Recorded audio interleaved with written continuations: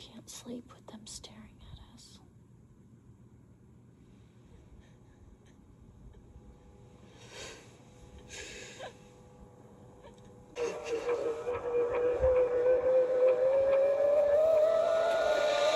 Today I'm reviewing the 2025 crazy-ass movie Together. Before we get into that, here's where you can see this movie. In all of these spots.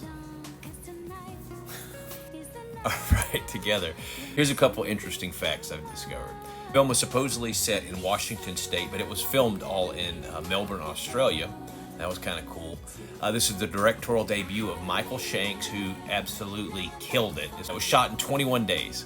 There's some other interesting stuff about Shanks. His partner worked for a sex toy company, and some props were supplied for certain scenes in this. The plot of this film is you have James Franco, who's a musician, and his girlfriend is Alison Brie. She's a teacher.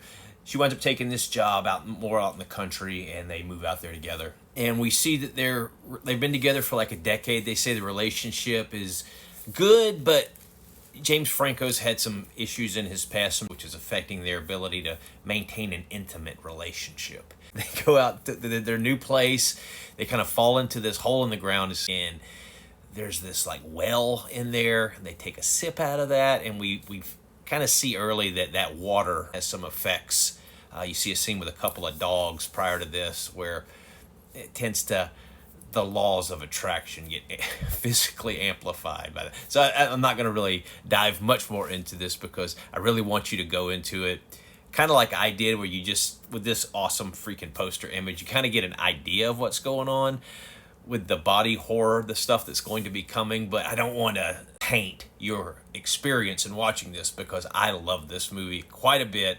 I'll tell you that about the last half hour or so, maybe 40 minutes, this shit goes off the rails. It's not a comedy in that it shifts to being funny. There is some funny shit that happens, but it was just fun in that way.